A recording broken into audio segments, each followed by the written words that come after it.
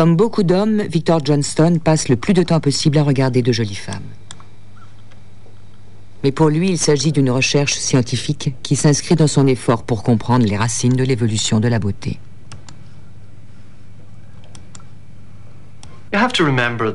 N'oubliez pas que la beauté, c'est un peu comme le sucre. Dans un monde de chasseurs-cueilleurs, la source de sucre, c'était les fruits mûrs. Si vous aimiez le goût du sucre, vous aviez un régime très nourrissant. Maintenant que nous avons dissocié le sucre de l'aliment, le sucre nous tue. C'est mauvais pour nous. Et pourtant, nous préférons toujours le sucré. Il en est peut-être de même avec la beauté. La beauté est simplement une configuration d'indicateurs faciaux que nous trouvons attirants. Des indicateurs qui nous disent quelque chose sur cet individu, quelque chose d'important biologiquement. Les gens aiment les lèvres très charnues, qui sont dues à des œstrogènes, à la puberté. Ils aiment aussi les femmes qui ont une mâchoire inférieure étroite et courte, ce qui indique un niveau bas de testostérone. Et cette combinaison d'œstrogènes élevés et de testostérone basse est liée à la fertilité. Dans un monde de chasseurs-cueilleurs, il était important de détecter ces indicateurs. Mais aujourd'hui, nous pouvons manipuler la fertilité. Nous avons des médicaments contre la stérilité et des contraceptifs. Cela n'a plus la même importance, mais cela influe encore sur notre comportement. The next face I want you to find, Sarah, is the face that would be the most attractive male face. The most attractive male. Yeah, the most attractive male face. Victor Johnston, afin d'étudier les préférences de visage, a élaboré un programme qui fait passer en continu d'un visage de femme sexy et en âge d'être fécondé jusqu'à un visage d'homme macho et viril. That guy looks like he's right out of prison. He's not very gonna hold up popular. yeah, he's not very popular. I'd like for you to find the best possible mate for a short-term relationship. Okay. A secret we can. Tends to be more masculine and pretty far down there. Pour un partenaire de courte durée, elles veulent quelqu'un possédant beaucoup de marqueurs de testostérone sur le visage. Pas pour un partenaire durable. Quand elles cherchent de bons gènes ou une relation de courte durée, elles cherchent les caractéristiques les plus masculines.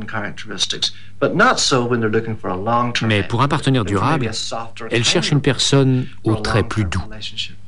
Maybe someone that's kind of a little bit protective, help me out, watch over us. Victor Johnston a testé nombre de ces sujets plus d'une fois. À sa grande surprise, il obtenait des résultats différents selon les jours. When was the first day of bleeding for your last period? Lorsque les femmes ovulent et que les chances d'être enceintes sont élevées, il y a un changement constant d'attirance vers un homme aux traits masculins prononcés.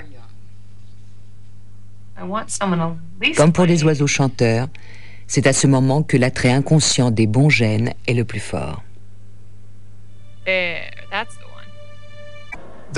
Bien des choses perturbent le cerveau. Et c'est paradoxalement pour cette raison que le cerveau constitue un bon indicateur de votre état, de votre condition durant la période de séduction. En réalité, il est sans doute un meilleur indicateur que la traîne du paon, par exemple, sur les aptitudes de l'animal. La thèse de Jeffrey Miller, selon laquelle c'est la sélection sexuelle qui nous entraînait dans la voie du développement d'un cerveau plus gros, cette thèse est intéressante car ce n'est pas la rengaine habituelle sur l'utilisation de l'outil, sur le langage, sur la culture. C'est tout à fait différent. Certes, je me pose des questions sur le rôle de la femme dans tout cela, sur la place des femmes dans ce processus, mais c'est une idée très fascinante et il a peut-être raison.